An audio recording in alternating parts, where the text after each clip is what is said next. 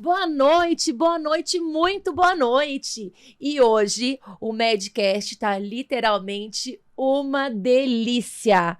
Tô aqui com o Bruno Salomão, um super, hiper, mega chefe, churrasqueiro, e a gente vai bater um papo sobre churrasco, comida e saúde. Tudo bem, Bruno? Tudo bom, doutora. Muito obrigado por me receber, muito obrigado pelo convite, fico muito honrado.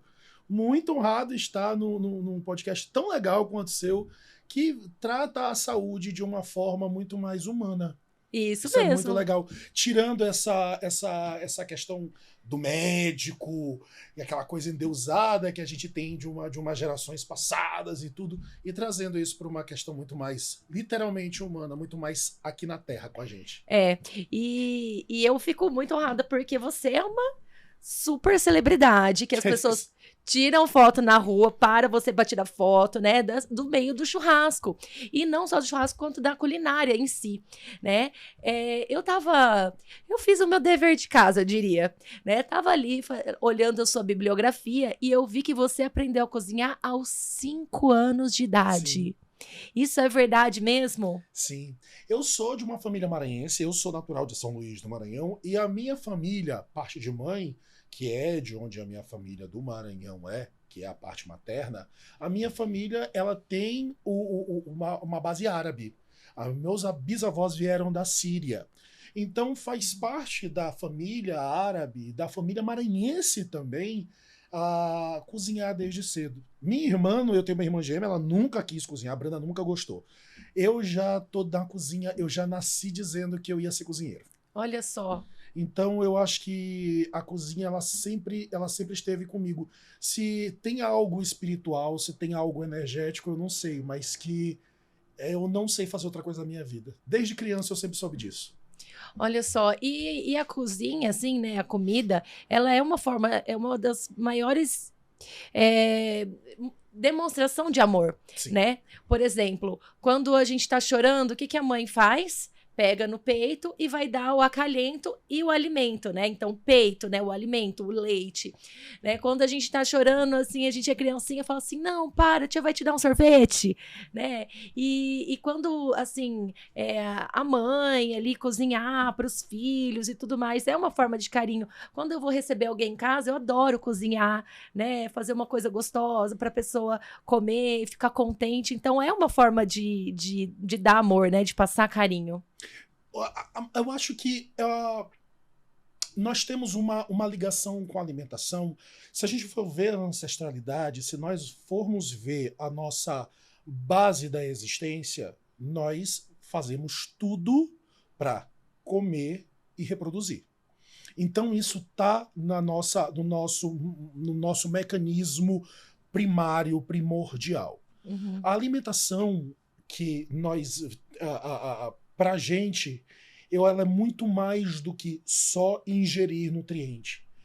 Quando a gente está falando de alimentação, nosso organismo nos carrega para nossa ancestralidade, aonde nós iniciamos a sociedade, aonde nós começamos a nos proteger, aonde nós começamos a nos desenvolver como seres humanos, como grupo, como sociedade em volta de uma fogueira. Quando nós controlamos o fogo, foi quando nós começamos a desenvolver sociedade, foi quando nós começamos a nos juntar para nos aquecer, para criar, para conversar, para construir e para se alimentar. A alimentação, muito mais do que o ato de comer, ela é o ato de criar. Ela é o ato da sociedade de criar tudo. Tudo é em volta de uma mesa. Tudo é em volta do fogo, tudo é em volta da alimentação. Por isso que eu digo que a gente trabalha com a área mais ancestral do ser humano, que é o churrasco, que é assar o alimento no fogo. Isso é muito ancestral. Você vê que as pessoas elas ficam muito alvoraçadas no churrasco, porque isso traz da gente o nosso mais animalesco, mas mais interessante parte da alimentação. É verdade. Nossa, faz total sentido. Eu vendo você falar, você não fala normal, você fala com paixão, você fala assim, uau, é realmente uma coisa que você gosta. outra coisa da minha vida. Eu não tô brincando. Quando eu falo para as pessoas que eu durmo e acordo trabalhando. Você conversou com o Mike, meu namorado, você entrevistou ele. Eu não sei se vai sair essa entrevista antes ou depois da dele, mas ele sabe que eu acordo conversando de trabalho de noite. Eu falo de trabalho de noite dormindo. O trabalho, para mim, ele é muito... algumas pessoas elas trabalham por necessidade Sim. da produção, da rentabilidade, do dinheiro, da sustentação. Lógico que eu trabalho para isso também. Mas eu trabalho com um amor tão grande pelo que eu faço. Eu sou doente pelo que eu faço. Uhum. Eu tenho um tesão gigantesco pelo que eu faço. E é um tesão físico, quase sexual. Eu falo para as pessoas, tem algumas coisas que são mais divertidas e tão boas quanto sexo para mim. Uma delas é fazer churrasco. Olha eu só. adoro o que eu faço. Nossa, eu tô com fome, eu não comi antes, eu não jantei, gente. 9 horas da noite, e aí eu tô lembrando do Instagram dele, assim, que, assim, é coisa de louco. E o que eu gosto lá é que você apresenta algumas receitas que não é, tipo, complicado. Então, eu não tenho que ter, tipo, bilhões de ingredientes, né? E você mostra que algumas coisas simples podem ficar maravilhosas, né? Então, só você ter, tipo, ali um capricho, um cuidado, as coisinhas frescas, né? Então, que não é tão complicado. Então, vendo o seu trabalho, eu acho que não todo mundo, né? Porque todo mundo é muita gente, mas quase todo mundo pode cozinhar. Deve cozinhar, para falar a verdade. A gente tem que lembrar de uma coisa, gente. É muito fácil a gente sobreviver, pegar hoje um celular, abrir um aplicativo e pedir comida. Sim. Mas eu acho que a gente conseguiu entender isso muito na época da pandemia. Quando a gente viveu a pandemia do Covid, nós tivemos que voltar para casa, ficar trancado em casa e voltar a cozinhar. Porque a renda caiu, ou inclusive para algumas pessoas ela cessou, e a pessoa ela tinha que economizar o máximo possível. A gente sabe que pedir comida não é uma coisa barata. Não mesmo. Então a pessoa ela teve que cozinhar, sabendo ou não. E também, assim, para ter o que fazer, né? Exato. E para ela poder não enlouquecer trancada entre 4 paredes ali, que essa foi a pior parte. Acho que talvez foi essa. E foi quando a gente viu um boom gigantesco na nossa área de gastronomia dentro do YouTube. Porque as pessoas, o mundo fez com que a gente se tornasse muito dependente dos outros fazendo essa parte pra gente da nossa alimentação. Uhum. Então as pessoas elas não sabiam ou não se lembravam como cozinhava. E foi interessante que mesmo no pós-pandemia as pessoas continuaram com um interesse gigantesco nisso. Porque eu acho que elas perceberam o quanto o ato de cozinhar ele é um ato libertador. Porque quando você cozinha, você tem uma oportunidade, o seu cérebro te dá uma oportunidade de criar e de se desenvolver e te dá uma liberdade que eu acho que tem pouquíssimas coisas que você consegue. Eu vou te dar um exemplo. A gente teve uma vinda muito grande, isso a gente tem os acessos do Google, do Analytics, e a gente teve um acesso muito grande de pessoas que jogavam, que gostavam muito de jogos online e foram procurar gastronomia, porque estavam em casa, elas precisavam cozinhar, elas precisavam fazer alguma coisa, elas não estavam mais fora. E a gente recebe um negócio, eu recebi várias mensagens dizendo que quando elas jogavam, o jogo, ele pode até ser um jogo muito de mundo aberto e tudo, mas ele é uma caixa fechada. A gastronomia, ela deu a oportunidade dessas pessoas, inclusive, de reproduzir comidas que elas viam nos animes e nos jogos. Então as pessoas saíram de caixas e foram para outras caixas da gastronomia e que deram para ela a liberdade delas viverem até a fantasia do jogo delas. Isso é muito legal. Como foi interessante esse desenvolvimento das pessoas dentro da paixão do que a gente faz. Em casa, meu pai gosta bastante de cozinhar e minha mãe também. Só que são categorias um pouco diferentes. A minha mãe, ela faz aquela comida de mãe mesmo, Sim. Aquele arroz, feijão, tudo temperadinho na hora. Então, assim, ela pega o alho, descasca, faz na hora, a cebola, sabe? Tudo bem, bem caseirinho, assim, um bife que ela tempera, que é uma delícia. Estrogonofe, essas coisas do dia a dia. Sim. Agora, meu pai, ele gosta de fazer barreado, costela, bucho, essas coisas assim, sabe? Adoro. E aí eu lembro que a gente perguntava, nossa, que gostoso, o que que tem aqui? Ele falava, não lembro. Ia colocando, ia criando, não era porque ele não queria passar receita, porque ele não lembrava. Eu lembro que tinha um frango que ele fazia com uma calda de açúcar. E não, assim, não ficava doce, ficava Sim. tipo agridoce, assim, mas era uma delícia. Aí, quando eu tô cozinhando, né, eu olho e falo assim, o que que tem na geladeira? E se eu colocar isso daqui? E se eu colocar aquilo ali?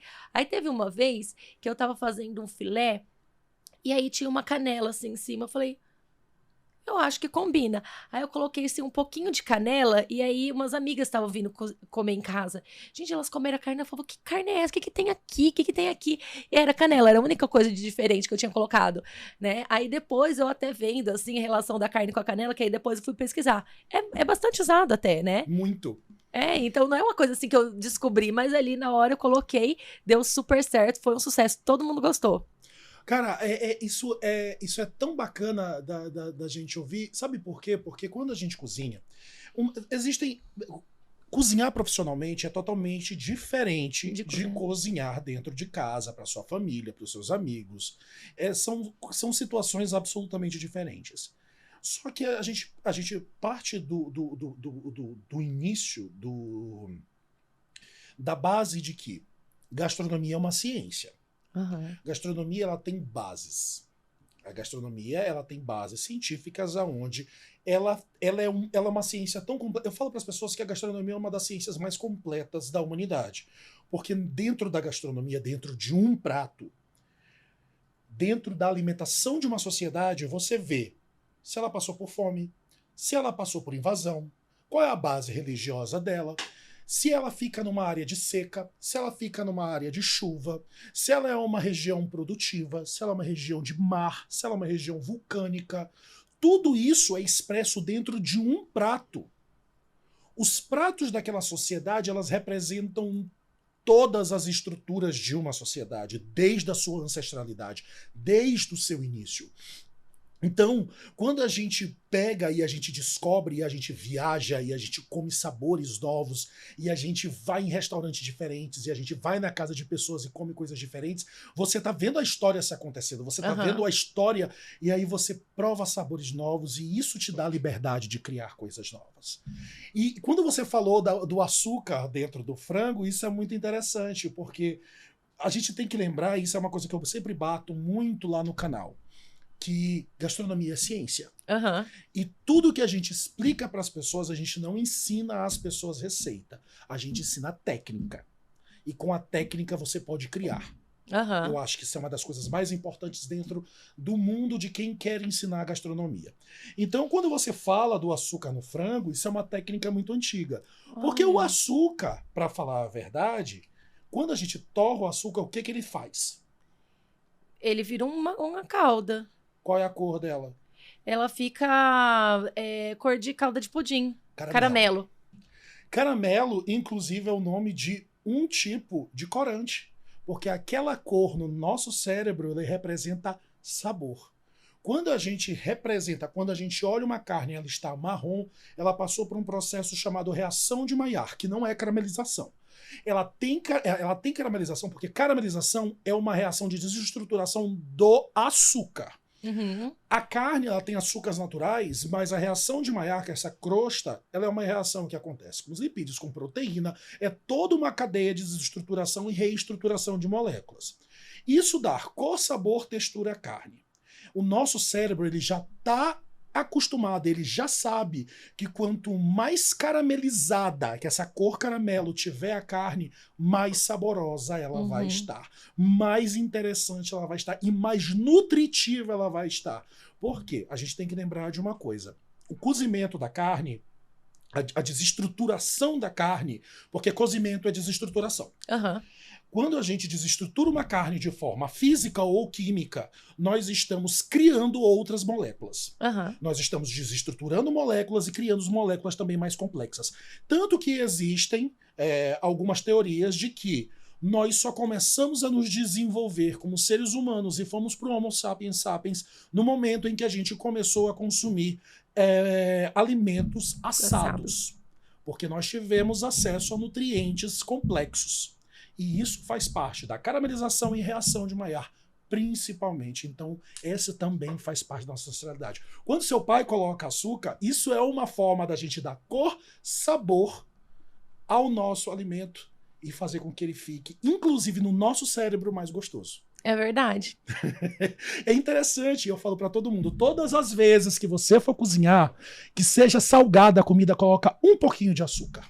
Coloca um pouquinho de açúcar, porque você não precisa sentir no seu paladar. O seu cérebro vai saber. Uau! Porque quando tocar na sua língua, quando você cria os complexos de sabor, salgado, doce, amargo, ácido e umami, que são as 5 bases de sabor. O que é umami? Umami é o 5º sabor.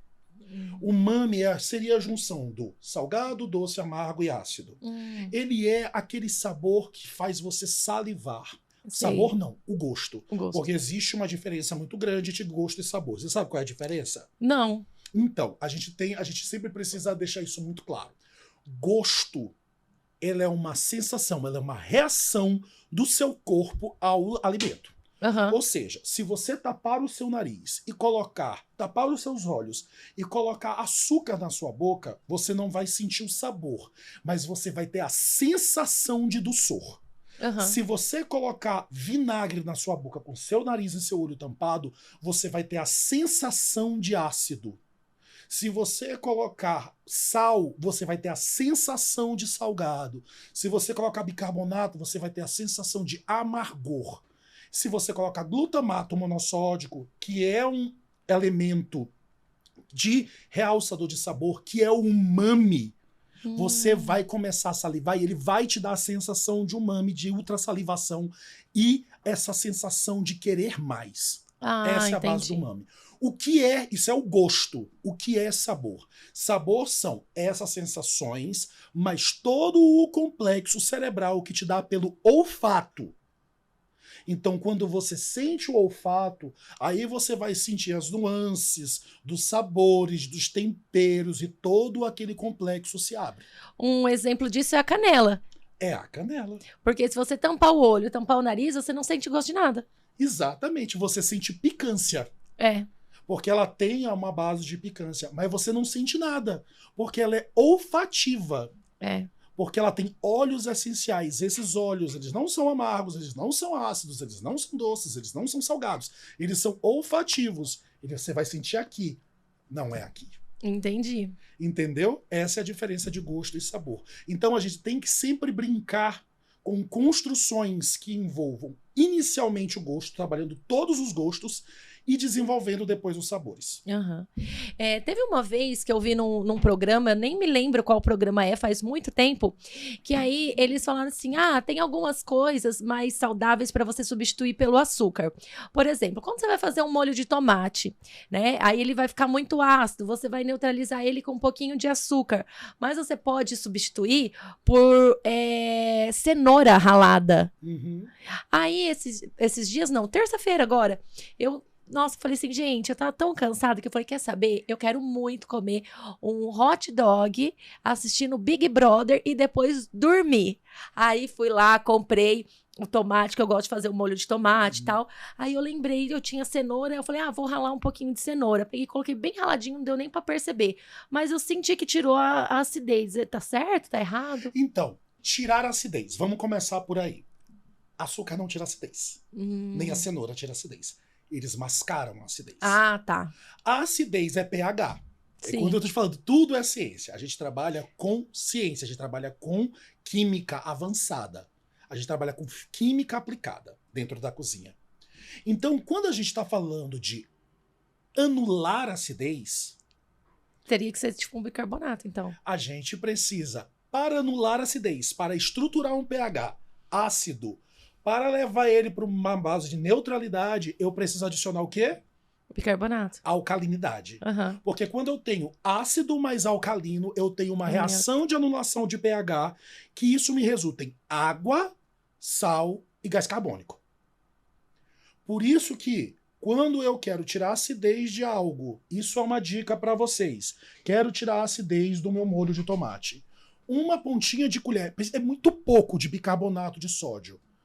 Ele vai espumar, ele vai virar um refrigerante aquilo dali. Você não se assuste. Não se assuste, porque essa reação vai causar o gás carbônico. Ele vai espumar. Quando ele espumar, pode provar, não vai estar mais ácido. Uau! Mas pode colocar um pouquinho de açúcar para criar aquela base que eu te falei, do sabor dentro do seu cérebro, que fica super legal. Mas isso também serve para outras coisas, essa brincadeira. Quer uma dica? Quero. Então vamos lá.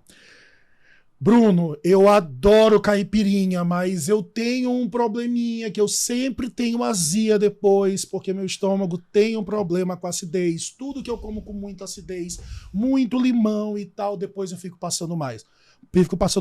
Quando você for bater a sua caipirinha, coloca um pouquinho de bicarbonato, mas uma pontinha, tipo uma pitada de bicarbonato de sódio. Uau. Vai estar uma delícia, vai estar maravilhosa, vai ter o sabor do limão e vai dar uma anulaçãozinha e você não vai ter acidez nenhuma. Gente, o bicarbonato, ele é ótimo. Eu vou fazer um programa para falar só sobre bicarbonato de sódio. Ele é, de verdade, o elemento de cozinha mais importante que nós temos na atualidade. Uau. Não, gente, inclusive eu tenho uma receitinha de bicarbonato com vinagre que você vai passar no rejunte do banheiro, o banheiro fica mais branco que o dente da Xuxa. Você sabe por quê?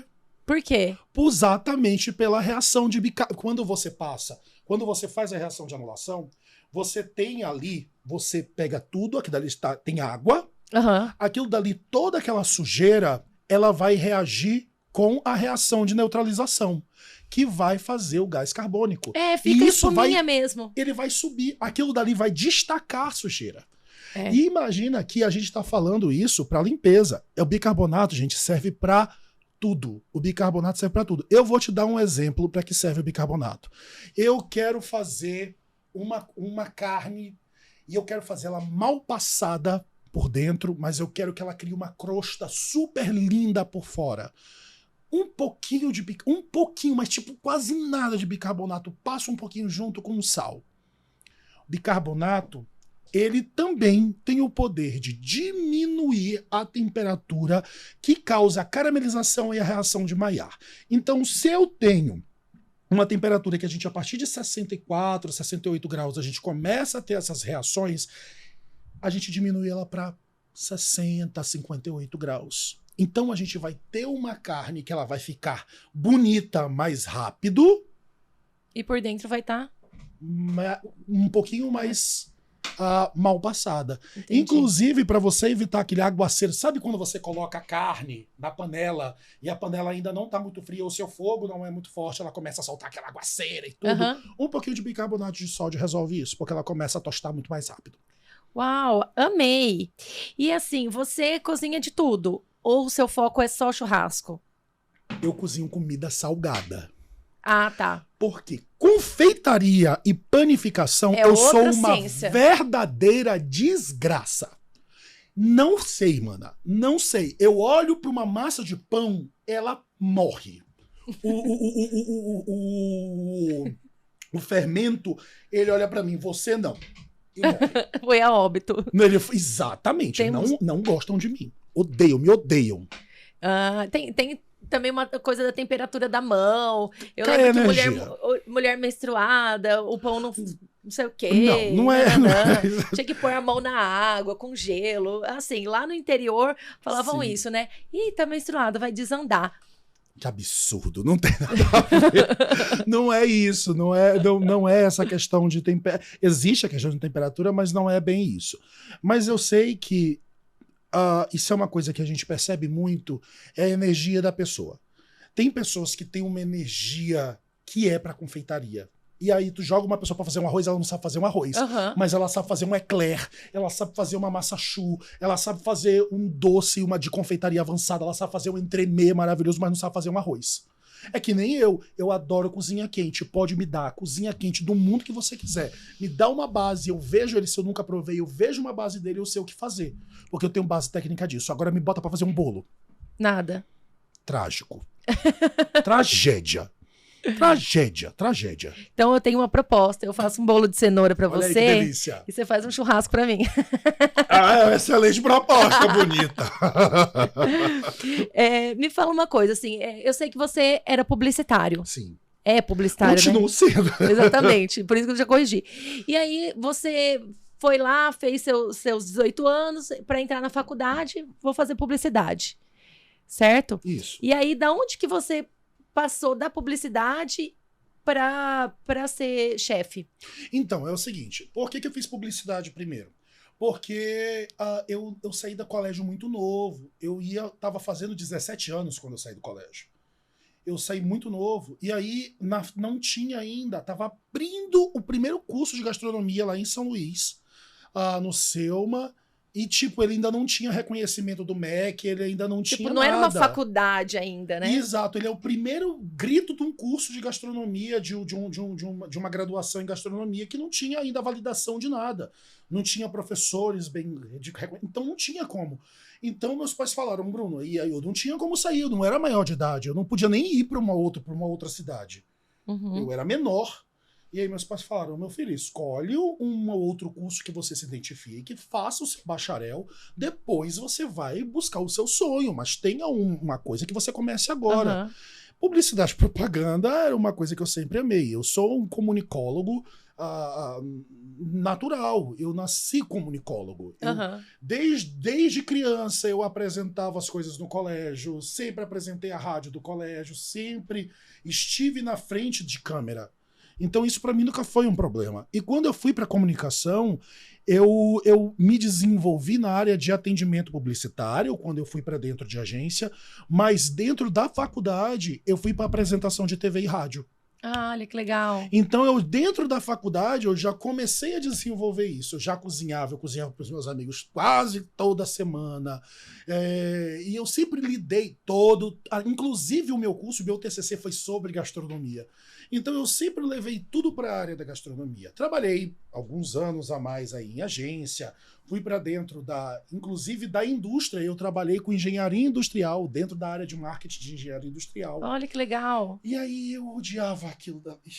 Odiava eternamente aquilo dali. Eu ganhava muito bem para minha idade.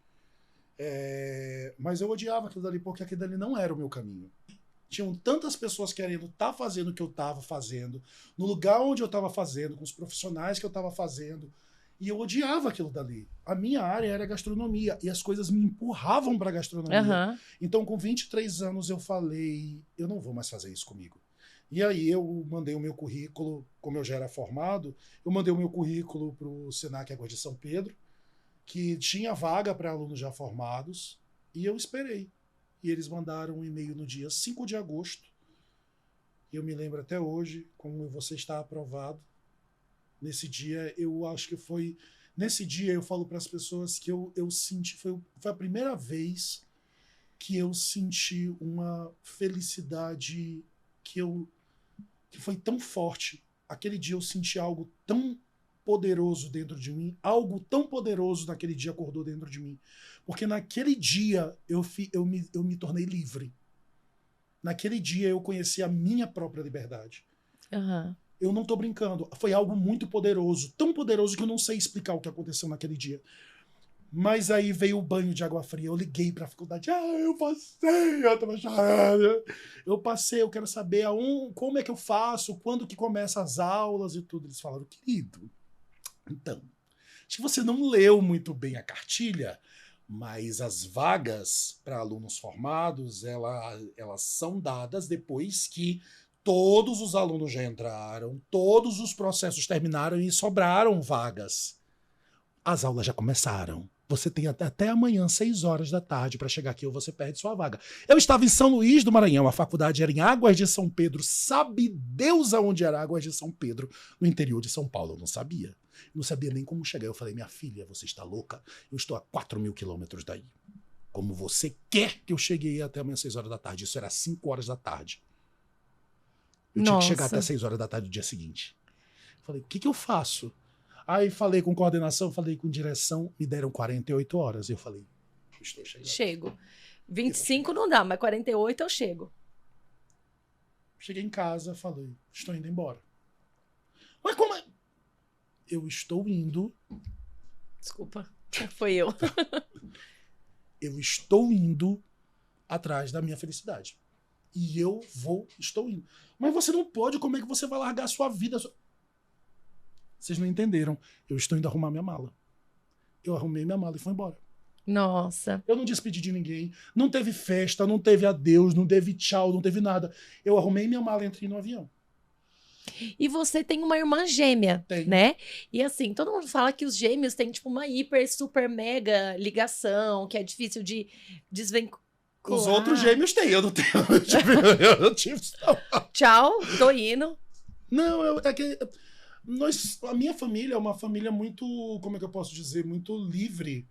Meus pais têm a vida deles, minha irmã tem a vida dela, eu tenho minha vida, a gente não se mete na vida um do outro. Meus pais, todo dia eles estão em algum lugar, hoje em dia. Eles já já pararam de trabalhar, Se aposentaram. Já aposentaram, eles vivem a vida deles. Minha irmã morava em São Luís, agora ela tá morando aqui em São Paulo. Tem meses que eu não vejo Brena. Ela mora aqui, eu não a vejo, porque ela é médica. Minha família toda é de médicos, eu sou a ovelha cozinheira da família. Eu fui o que saiu errado. Mas Brena tá toda hora, tá dentro de um hospital, terminando a 2ª residência dela. Então não tivemos esse problema. O meu problema nunca foi falta, até mesmo porque eu sou muito desapegado a isso. Eu sou uma pessoa que eu me adapto de um dia pro outro à situação. Que signo que você é? Sou gêmeos com ascendente em gêmeos. Ah, eu também, geminiano. Que dia que você nasceu? 1º de junho. Eu nasci dia 30 de maio. Somos quase gêmeos. É. Não, mas meu ascendente é em Áries. Ah, Deus é mais. Eu conheço um ariano da minha vida. É. Ave Maria. Satanaires, né? Satanás. Ah, eu sei bem. Eu sei bem. Uma energia um pouco caótica. Caótica, nossa senhora. Mas eu me adapto. Eu acho que isso foi uma das coisas que foi uma junção de coisas que me fez eu ir para a gastronomia e principalmente ir para a área de comunicação dentro da gastronomia. Foi todas essas coisas. Foi a base familiar, foi a base maranhense, que a gente fala, a gente é muito expansivo. Teve a faculdade de publicidade, teve todos esses contextos que me levaram a estar onde eu estou hoje em dia. Mas eu entrei na faculdade sabendo que eu queria fazer churrasco. Olha só, comigo foi mais ou menos parecido, né? Eu, desde criança, assim, sempre sabia que eu ia fazer medicina. Só que eu era, assim, uma meliante no colegial, né? Então, assim, eu era bagunceira, eu tirava nota baixa e tudo mais. Então, assim, eu achei que eu nunca ia conseguir fazer medicina. Aí saí da faculdade com 17 anos. E aí... Do colégio, né? Do colégio com 17 anos. E aí fui fazer vestibular para medicina. Obviamente não passei de primeira, fui fazer odonto. Fiz 1 ano de odonto. E aí na odonto eu vi que eu adorava estudar. E que na verdade eu era muito boa em biologia, em bioquímica, em biofísica, em anatomia. Eu só não era boa nas coisas do colégio que eu não gostava, que era matemática, física, química, né? Aí eu falei assim, cara, se eu dou conta de fazer odonto, eu dou conta de fazer medicina. Aí eu saí da odonto, fiz 3 meses de cursinho, passei na medicina e aí foi. E você falando do dia que você viu a sua inscrição, aconteceu comigo o dia que eu recebi o resultado da minha última prova da faculdade, né? Então falou assim, passou. Nossa, aquilo foi, assim, um turbilhão de emoção, assim, parece que o coração tava transbordando, assim, e eu vou assim, eu sou médica, agora eu sou médica, e aí eu chacoalhava minha amiga, e a minha amiga se chacoalhava também, porque a gente, né, tava esperando essa nota, e nós duas nos tornamos médica naquele momento, né? E a gente se abraçava, a gente chorava e a gente ria. Então, assim, foi uma coisa, tipo, que eu também nem sei explicar, assim. Era uma coisa que vinha, assim, uma emoção que transbordava. É visceral, né? Quando você consegue atingir um ponto onde algumas vezes nem a gente acreditava que a gente conseguiria. E a gente tem essa euforia. Eu acho muito interessante. E é legal a gente falar, inclusive, para os jovens que estão nos assistindo. Gente, não se baseiem. Colégio é muito importante, mas não se baseiem pelo colégio. O mundo é muito maior do que tirar nota. E eu vou te falar uma coisa. Muita gente, assim, que eu lembro que eram, assim, os mais nerds da escola, que eram os mais queridinhos, não viraram muita coisa, não. Gente, vive sua vida. Vive a sua vida. Foda-se o passado. O colégio é uma fase, é a juventude, o colégio é a adolescência. Viva essa fase da melhor forma possível, sendo o CDF ou sendo o bagunceiro, mas isso não é parâmetro pra porra nenhuma. E eu tenho um horror, eu lembro dos professores fazendo terrorismo, que ninguém ia ser nunca nada. Vai tomar no cu, rapaz. Mas que merda. Como é que faz isso com o jovem? Hoje, de verdade, eu acho isso hoje de uma baixaria. Sim. Tanto que eu tenho seríssimos, tanto que hoje eu dou aula em faculdade, eu vou dar palestra em alguns colégios, a primeira pessoa que eu como cu são os professores. A primeira porrada que quem toma é professor. Eu falo, vocês se toquem, porque vocês aí tudo é um bando de maconheiro que fica aqui pagando de doido pra cima dos outros. Então vocês calem, primeira coisa, vocês calem a boca de vocês. Que eu sei a vida de cada um de vocês aqui. Aí eles vão, é o primeiro que desaparece. Aí agora eu vou conversar com os jovens. Porque de verdade, gente, o tempo passa. É. E assim, eu tava lendo sobre bibliografia antes de você vir aqui, e aí eu me identifiquei com mais uma coisa. Porque, assim, na adolescência eu dei uma sofrida com os professores, porque uma professora de matemática chegou pra minha mãe e falou assim que se eu chegasse no terceiro colegial ia ser lucro. E a minha mãe, ela não era professora, não é pedagoga, não é nada. Ela era só mãe. Para uma profissional, uma professora que lida com milhões de crianças há muito tempo, falar que sua filha é burra, ela deve saber o que ela está falando. Então, de fato, sua filha é burra. Minha mãe chorava. Minha mãe sofria com isso. Olha o quanto isso é... Exatamente. E aí eu vi, assim, que na sua adolescência, assim, também, você passou um perrenguezinho, assim, de bullying na escola. Muito. Porque você, com 14 anos, você já tinha 100 quilos, né, de peso. E aí, em contrapartida, tem uma irmã gêmea com a mesma idade, saiu da mesma barriga, da mesma mãe, do mesmo pai, que ela era magra, esportista e tudo mais, né? É que não era só a questão do peso. Nessa época, não foi. Nessa época, com 14, eu não era nem tão gordo. Não foi nem isso. A questão dos 14 anos foi quando eu assumi que eu era gay. Foi quando eu aceitei. Quando eu admiti pra mim mesmo. As pessoas, nossa, com 14 anos eu já sabia desde quando eu nasci. Ah, a pessoa descobriu que é gay. Não, ela aceitou que ela era gay. Ela aceitou a natureza dela. Uhum. Porque nós somos assim. Eu sou gay. Eu não nasci gay. Eu não me tornei gay. Eu sou gay. Uhum. E isso é a minha natureza. E quando você aceita a sua natureza e você assume isso pro mundo, o mundo normalmente não aceita a sua natureza. Se você não for do padrão branco, hétero, família tradicional, a religiosidade cristã, você tá fora do baralho. Então, quando eu tinha 14 anos, eu assumi que eu era gay em uma cidade como São Luís do Maranhão, que é uma ilha no meio do Atlântico, extremamente provinciana, uma das cidades mais antigas do país. Não foi fácil. Foi um dos motivos de eu ter começado a engordar, foi quando eu tive que assumir o ódio das pessoas. E quando você assume o ódio das pessoas e você toma isso pra você, é quando você vê o pior do ser humano. E você tem duas opções, né, numa situação dessa. Ou você cai ou você luta. Eu decidi lutar. Sim. Então eu entrei num modo avançado de loucura. Não façam isso, crianças. Eu tive que impor a minha força.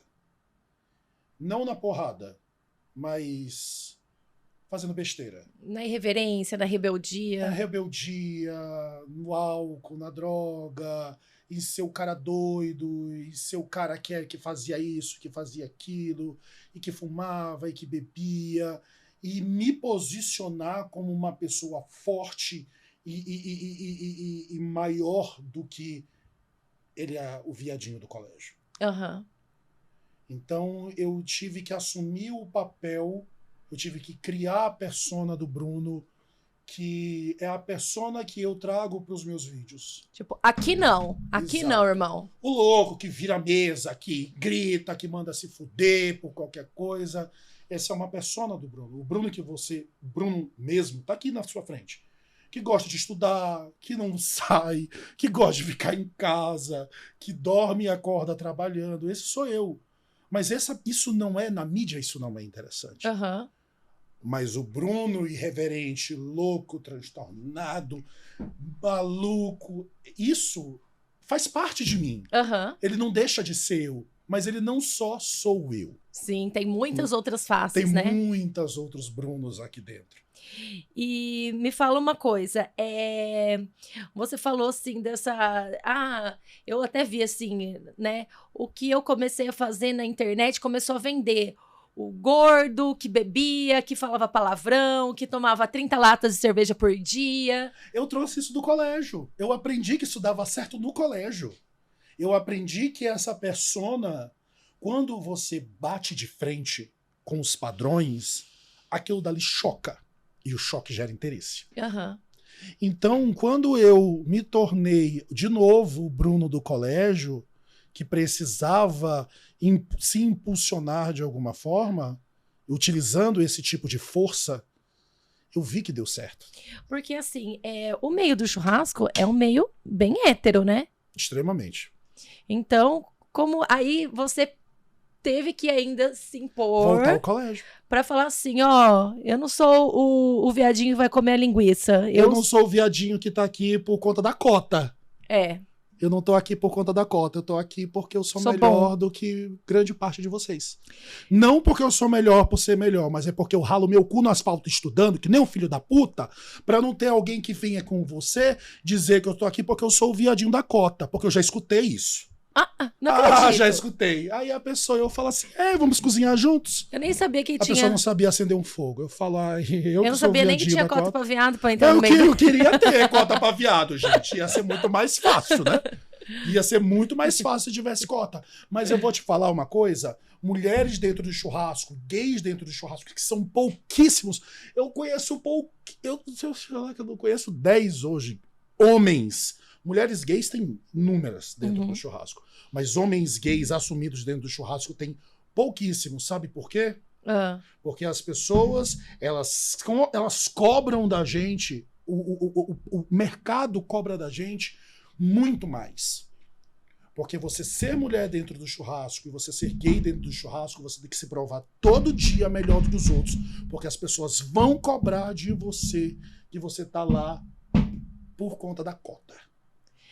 A gente tem uma pessoa em comum, querida, que é a Júlia Carvalho. E ela... A fedorenta. Beijo, Júlia.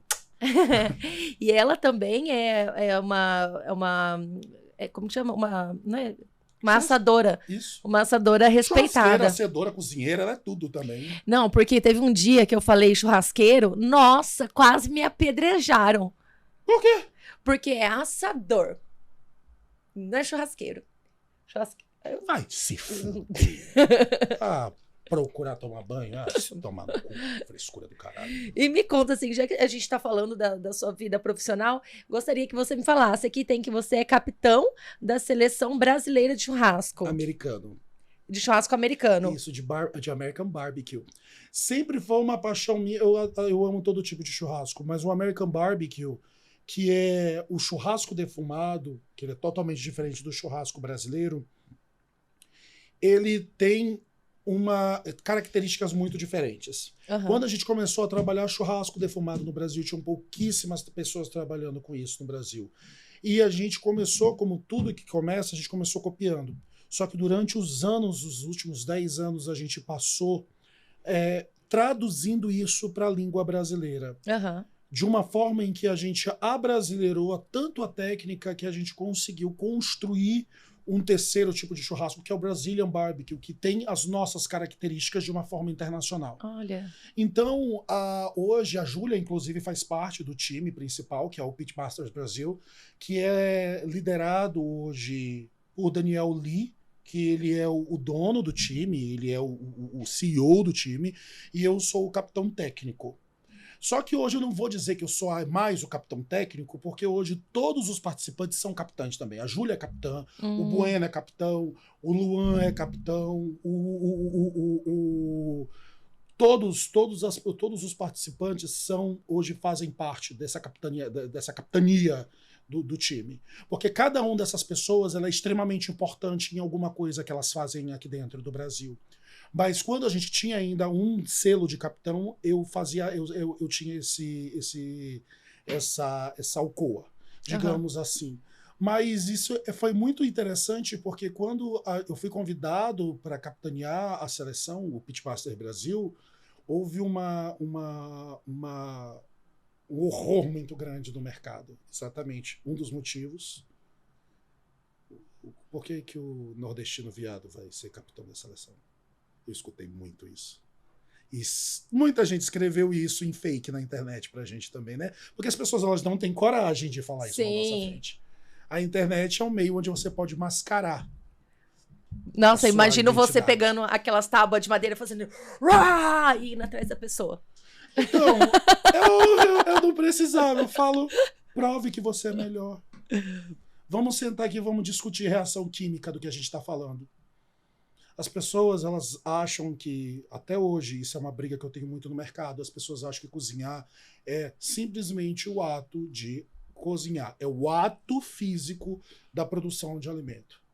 Cozinhar é um estudo eterno de história, geografia, biologia, antropologia, sociologia, matemática, física, química, fisicoquímica, e todas as ciências que a gente odiava, eu também odiava, eu me fudia no colégio pra caralho. No final das contas, hoje eu estudo o quê? Fisicoquímica. Me lasquei, eu odiava. Eu vou usar isso? Tá usando. Então, tô usando no churrasco. Me lasquei. A gente...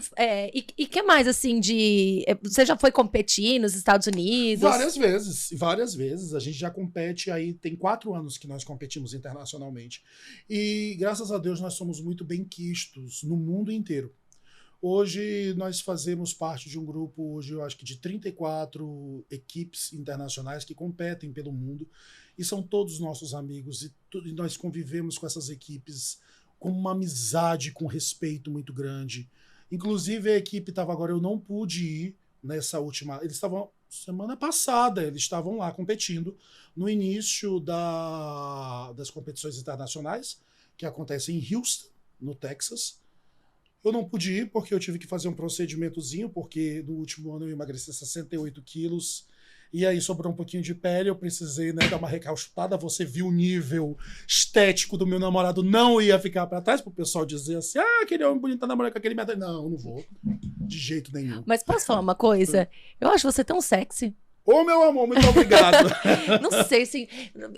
tá, tudo bem, você é gay, a gente já entendeu, tem namorado, a gente já entendeu que não vai rolar.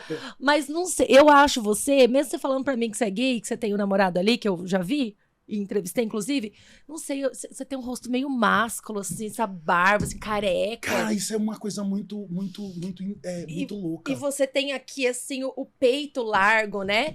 Então, não sei, eu acho você viril.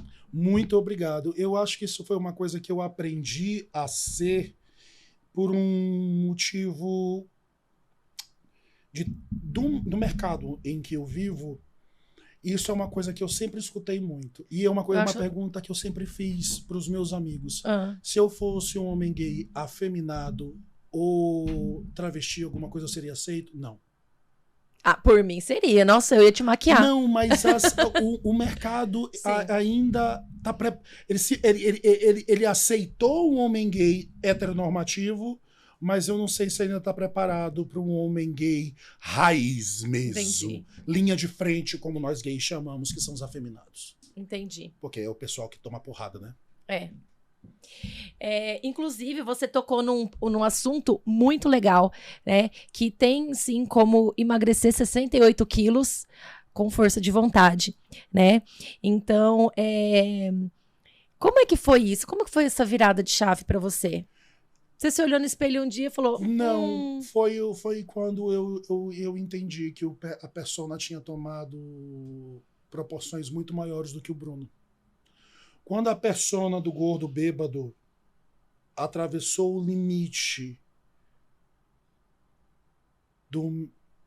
da minha autoimagem, eu não me reconhecia mais. Eu não sabia mais quem eu era. Eu vivia bêbado. Eu estava com 160 quilos. Eu acordava e dormia alcoolizado, fazendo as coisas que eu não queria para poder ser aceito nos lugares onde eu não queria estar. Para que eu fazia isso? Eu me destruí emocionalmente, espiritualmente, fisicamente, para ser alguém que eu não queria ser. Porque eu deixei a persona tomar conta do caráter principal. Uhum. E quando eu me toquei disso, eu olhei e falei, o que eu fiz? O que foi que eu fiz? O que eu faço para mudar? E aí eu comecei um trabalho muito grande, espiritual e psicológico. Eu acho que foi os pilares da minha mudança, foi o meu retorno para a minha base espiritual e voltar para a psicanálise. Foi começar com a medicina, primeiramente, para curar a minha cabeça. Eu primeiro tive que curar a minha alma e a minha cabeça, e isso refletiu no meu corpo. Quando eu entendi como o meu corpo voltou a funcionar, quando eu larguei o álcool, porque eu tive que largar o álcool 100%, e até hoje eu não bebo, tem 1 ano e 2 meses que eu tô limpo do álcool, porque eu posso dizer que eu era alcoólatra, que eu sou alcoólatra. Não fisicamente, mas eu era dependente emocional do álcool. Eu entendi como o meu corpo estava trabalhando. E aí, com a ajuda de médicos, eu entendi a dieta cetogênica, eu entendi a dieta intermitente, eu entendi a minha obesidade, e aí eu comecei a trabalhar isso junto com o meu psicológico. E aí eu comecei a emagrecer. Eu falo assim bastante para os meus pacientes, né? Traduzindo aí, quando o paciente chega, você falou, essa médica é humana, não sei o quê. Exatamente. Quando o paciente chega para mim, né, e ele tá com uma doença, obesidade, alcoolismo é uma doença, mas normalmente para mim são doenças sexualmente transmissíveis, né, ou até mesmo o próprio HIV, né, que é que o pessoal mais sente, né? Eu falo assim, como é a sua relação com isso? Como vai ser para você começar a tomar esse remédio? Sua família te apoia? Se tem algum parceiro? Se tem alguma parceira? Porque, assim, o que você estava fazendo ali, comendo, bebendo, estava se auto-sabotando, né? E aí, os meus pacientes, eles se auto-sabotam não conseguindo tomar o remédio e fala assim, doutor, o remédio tá aqui na minha frente, mas para eu pegar ele e colocar na minha boca, tipo assim, é um ato tão difícil, eu não consigo, né? Então, assim, acaba se auto-sabotando. Entra numa negação, né? Entra numa negação. E aí, eu trabalho muito o auto-perdão. Sim. Ou o perdão com o próximo. Por exemplo, assim, no seu caso, né? Eu trabalharia, né? Até onde eu chego, porque aí depois eu conto com uma neuropsicóloga que me ajuda. Então, assim, perdoa aqueles seus colegas da sala, perdoa aquelas pessoas que estavam te julgando, porque assim, vamos supor, toda vez que você lembrava daquela coisa lá na escola, é como se ela tivesse acontecendo hoje. Então, não é que você sofreu bullying uma vez, você está sofrendo bullying há, sei lá, 20 anos, 23 anos. É isso mesmo. Entendeu? Então, e aí o que acontece? Quando você se coloca nesse lugar de vítima, não foi você que se colocou ali. Então, não tem como você sair. Então, você fica constantemente se sabotando. Quando você perdoa o próximo, quando você perdoa, olha, você não tinha entendimento, você também era criança, você não sabia o que você estava fazendo, ou você é um caralho mesmo e pronto, mas isso é seu e não é meu. Continua com a sua vida medíocre, mas eu vou evoluir. Então, ali você está perdoando aquela pessoa. E aí você vai se libertando disso. Foi exatamente o que eu fiz. E tem também o auto-perdão. Que é o mais difícil. Que é o mais difícil.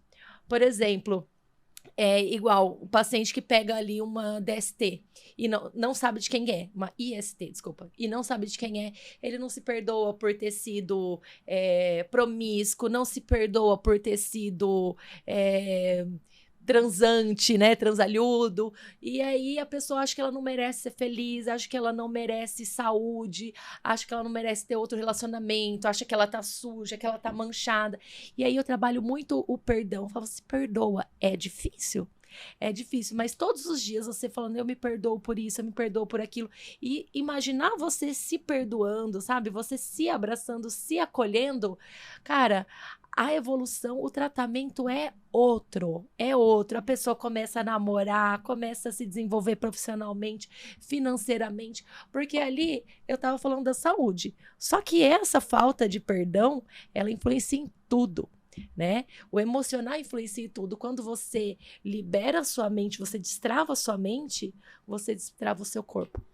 Olha, o que aconteceu comigo foi exatamente isso. Os primeiros 4 meses eu parei, eu comecei o meu auto-perdão no dia 10 de janeiro de 2021. Os primeiros 4 meses foram horríveis. Quando eu tive que lidar com o Bruno machucado, destruído, chutado, humilhado a vida inteira, por ser quem é, por ser um homem diferente, por ser um homem gay, nordestino, por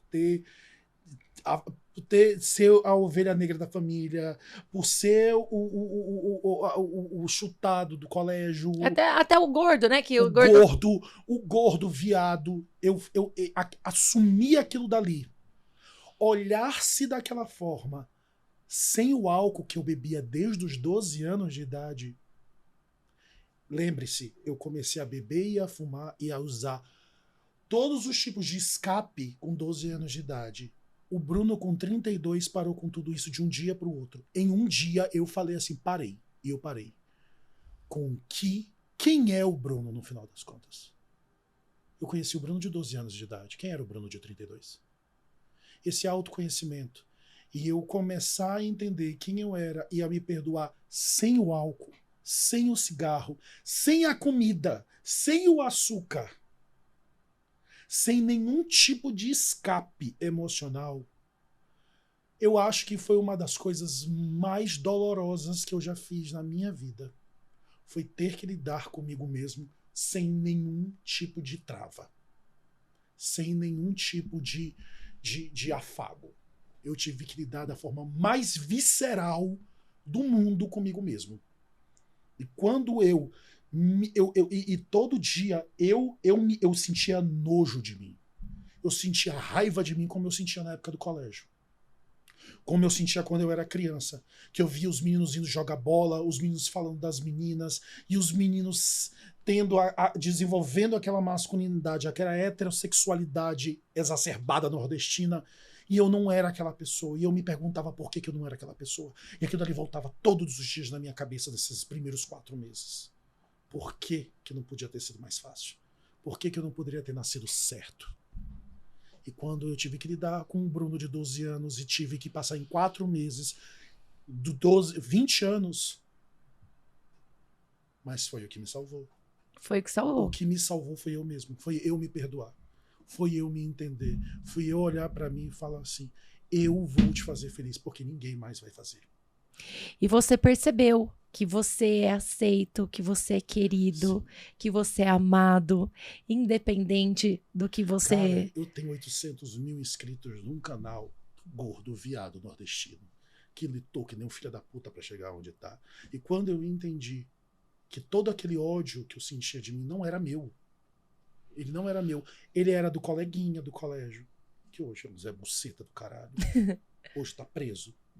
O cara que me batia tá preso, por quê? Bateu na mulher. Espancava a mulher dentro de casa e os filhos.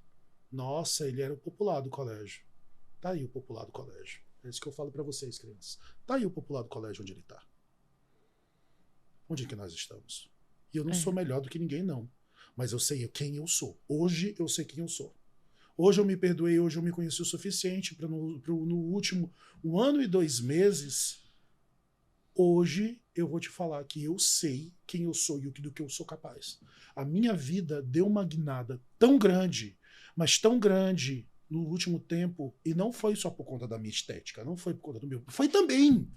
Porque isso amacia o ego. Uhum. Quando você começa a se amar e você começa a ter saúde, eu não conseguia subir uma escada. Eu não conseguia agachar para amarrar um tênis. Eu li que você estava te atrapalhando a ficar várias horas em pé cozinhando. Isso. Tipo, estava atrapalhando você fazer uma coisa que você ama. Eu não conseguia mais fazer nada. Isso a gente tá falando por fora, mas por dentro, né, com certeza, esteatose hepática. Sim, eu tava todo podre. Tava todo cagado, minha filha. Eu vou te dar um exemplo. Tu sabe quando foi que eu falei assim, parei? Foi quando eu entrei no consultório, dia 10 de janeiro, de Murilo Trini, um grande amigo meu, que ele é gastro lá em Campinas. E eu falei pra ele, eu quero fazer a bariátrica. Ele viu meus exames, ele me pediu, no dia 2 de janeiro eu fiz meus exames, que ele me passou, eu pedi que eu queria já fazer alguma coisa. E para eu entrar no consultório dele, eu pedi os exames, eu levei os exames, ele falou para mim, Bruno, legal, mas antes de fazer a tua bariátrica, eu vou ter que fazer o teu transplante de fígado. Porque se tu beber mais uma garrafa de uísque, você vai entrar em colapso. E eu acredito. Sabe o que eu falei para ele? Ah. Murilo, não se preocupe, eu acabei de parar de beber. Ele falou, não, Bruno, a gente sabe que não é fácil assim e tudo. Eu falei, Murilo, acho que você não entendeu. Eu acabei de parar de beber. Isso era 6 horas da tarde. Eu saí de lá e fui para um bar. Tomei água com gás, com gelo e limão. Tem 1 ano e 2 meses que isso aconteceu. Olha só. Isso é muita força de vontade, né? É o poder da mente. Sim. Né? E isso eu falo assim, eu quero emagrecer, mas eu não consigo e tudo mais. Eu falo, cara, se perdoa primeiro. É o que eu falo pra Vai, todo mundo. vai. Vai numa psicanálise. O emagrecimento, ele não é físico. Cara, Ele é uma coisa que eu emocional. entendi, pelo menos da minha obesidade. A minha obesidade não era física. A minha obesidade era uma expressão do meu corpo, da minha mente, que estava doente. Era a forma que o meu corpo expressava a minha mente. Eu estava doente emocionalmente e espiritualmente. E foi legal você falar do espiritual, né? Porque a sua religião não é uma religião cristã, Não. né? Qual é a sua religião? Hoje eu sou da Quimbanda. Da Quimbanda. Isso, eu sou da Quimbanda. Eu era da Umbanda, mas eu fui levado para a Quimbanda com o tempo. É uma coisa assim, é legal a gente falar isso, né? Que sobre intolerância religiosa. Essa semana. Tu tem mais 2 horas. Tem mais 2 minutos. Acabou. Mas a conversa tá tão boa, gente. Vocês vão aguentar nós mais um pouquinho. Essa semana apareceu aí o Fred Nicásio, que é o Big Brother, Sim. né? E ele teve uma passagem lá dentro que ele estava rezando. E aí ele estava rezando e a pessoa que passou não entendeu. Pelo que eu vi, ele é do candomblé. Eu não sei se ele é do candomblé, ele é do Ifá, se eu não me engano. Do Ifá, isso. Mas a reza é em Yorubá também. Em Yorubá. Em Yorubá. E aí... Quando começa a falar Yorubá, o povo sai correndo também, meu filho. Mas isso é ignorância. Eu falo assim, a gente tem medo do que a gente não conhece. Então, assim, a gente não conhece aquela religião, a gente ficou com medo. Vai jogar um negócio em mim, sabe? Não é nem só isso. A gente não pode ser tão inocente assim. A gente tem medo, as pessoas têm medo porque elas foram moldadas a ter medo. Não é porque elas não conhecem, é porque elas foram moldadas a ter medo. Porque existem religiões, que são as principais religiões do mundo, que falaram que dali não presta. Aham. Não, a gente não pode chegar aqui e dizer, é porque é ignorância. É uma ignorância, mas é uma ignorância moldada. Entendi. Existe um culpado. Existem vários culpados. Então a gente vai apontar o dedo para quem a gente precisa apontar. Então, gente, querem sair da ignorância? Conhecimento é libertação. É libertador. Então eu falo assim, a gente tem medo da morte porque a gente não sabe como que vai ser. Sim. Então a gente tem medo. A gente tem medo de entrar num relacionamento novo, tem medo, por exemplo, de quem tem HIV, porque não conhece, Sim. porque é ignorância. E eu falo, gente, precisa sair da ignorância. Se você tem ali algum embate com algum assunto, vai estudar. Exato, gente. Pelo amor de Deus, abre o Google. Abre o Google. Vai abrir o Google. Abre o Google. Abre o Google, porque o Google hoje, por mais que tenha um monte de coisa, mas você tem páginas da Organização Mundial de Saúde. Você tem páginas de médicos muito bem conceituados. Você tem páginas de universidade. Não é abrir coisa do WhatsApp, faz, pelo amor de Deus. Mas, você tem acesso a conhecimento. A pessoa é ignorante porque ela quer hoje em dia. Ninguém precisa abrir uma Barça. Nossa, resgatou minha infância. Pelo amor de Deus. Não precisa. Você só tem acesso hoje. Exatamente. E falando nisso, falando em acesso, que eu já lembrei, que eu já comprei o meu, fala amanhã do evento que... não, vai ser já vai ter passado. Mas eu vou falar que começaram as temporadas de eventos de churrasco pelo Brasil. Começa com o Bárbaros, que é um dos maiores eventos do Brasil. A gente vai fazer amanhã. Amanhã é dia, gente, eu tô perdidinho. Amanhã é dia 4 de março. Hoje é dia 3 de março, a gente está gravando. Amanhã é dia 4 de março, começa. Por quê? A temporada de de eventos de churrasco começam quando as chuvas começam a dar uma cessada. Porque da época de chuva a gente ainda não tem como fazer churrasco na água, né? Então a gente começa a parar a chuva, a gente começa a ter. Então, de março até setembro, cara, vão ter muitos eventos pelo Brasil inteiro. Então vocês vão ver a gente aí pelo Brasil inteiro. A gente já fechou em quase 10 estados já, eventos aí esse ano. Olha só. Então o pessoal vai ver a gente aí bastante. Nossa, eu gosto muito desses eventos, que eu tenho uma amiga que ela tem uma empresa de sal, de churrasco. E aí ela sempre falava assim, vamos num evento de churrasco, a gente fica lá no stand, vende um sal ou outro, e aí a gente bebe, come, conversa, tal. E aí eu falei, beleza. Aí teve um dia, o primeiro que eu fui foi no Mr. Moon, né? Eu lembro que a gente veio de viagem, tava pós-plantão, eu tava toda cagada, sabe assim? Tipo, olheira, podre, cabelo, tipo, um coque de lado, moletom, tava horrorosa. Nossa, me descabelei. Tava horrorosa. Aí conheci lá um pessoal, oi, tudo bem?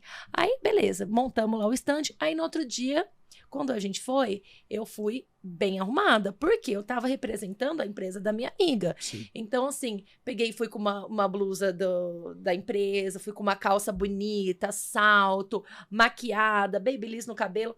Aí o assador que tava lá falou assim, você é a mesma mundiça que chegou ontem? Bem-vindo ao mundo do churrasco! Ele olhou assim, sabe? Deu uma abrida assim na narina e falou assim, tu mesmo? Essa é aquela mundiça que chegou lá? Aí a gente ia e tal. E, lógico, igual eu falei pra você, se eu vou ser vendedora, eu vou ser a melhor vendedora do mundo, né? Aí eu cheguei lá com os funcionários, perguntei o que era cada coisa, o que era isso, o que era aquilo. E aí eu comecei uma competição interna, porque ninguém tava competindo comigo, mas eu queria vender mais que todo mundo, né? E aí eu tava lá vendendo e tal. Aí chegou um senhor, puta escroto, e aí ele falou assim, eu quero um desconto nisso daqui. Era num avental. Sabe, avental que ele era de couro, depois ele era porta-faca, um avental super bonito. Aí eu falei, olha, não tem como dar desconto, a gente tem custo para estar aqui e tal, mas a gente pode fazer no cartão parcelado, ou pode fazer à vista. Aí ele olhou assim para mim, por isso que você nunca vai sair disso, de ser uma vendedora. Aí ele falou assim, sabe, querendo me diminuir? Como eu tava com o negócio da marca, eu não podia mandar ele pra casa do caralho, né? Aí a minha amiga tava sentada assim, fumando. Ela tava sentada bem assim, tranquilona, assim. Aí ela falou assim, o que você tá falando? O que você tá falando? É médica, filha, é doutora, tá aqui só de graça, não sei o que, é uma das donas. Aí me colocou lá em cima, né? E eu aqui, ó, plena, com o avental na mão, né? Ele falou assim que eu nunca ia passar de uma vendedora, mas vá. Querida, bem-vinda ao nosso mundo. A gente pode estar lá como chefe convidado nos melhores eventos do Brasil. Sempre vai ter alguém que vai dizer que a gente nunca vai sair de ser um churrasqueiro. Eu falo, querido. Se você soubesse quanto que eu ganho nessa brincadeira. Se quanto que eu tô aqui, por quanto que eu tô aqui. Só pra olhar pra tua cara. Eles acham que você vai ganhar R$1 com o espetinho. Deixa eles acharem. É melhor que achem. Bruno, eu amei te conhecer, eu amei a nossa conversa de hoje, mas a gente já deu uma boa estourada no tempo, né? A produção tá aqui, ó. Assim, corta essa porra! Mas enfim, amanhã estaremos juntos no evento de churrasco. Tô te esperando amanhã no Bárbaros. Com certeza irei, tá? Adorei. Querida, muito obrigado. Amei. Espero que o pessoal tenha gostado. Deixa aqui embaixo os comentários o que vocês acharam. As pessoas vão ficar escandalizadas com minha boca, né? Muita loucura mesmo que eu falei. E vocês podem seguir ele no canal. Fala aí os seus canais. Entra lá, nós temos dois. Eu tenho dois canais principais hoje, que é no Instagram, que é o @SalomãoBruno e o @Cansei de Ser Chefe. O @SalomãoBruno é onde eu conto da minha vida, do emagrecimento, do meu namoro, é a minha pessoal mesmo, é a minha vida pessoal. E o Cansei de Ser Chefe é o meu trabalho.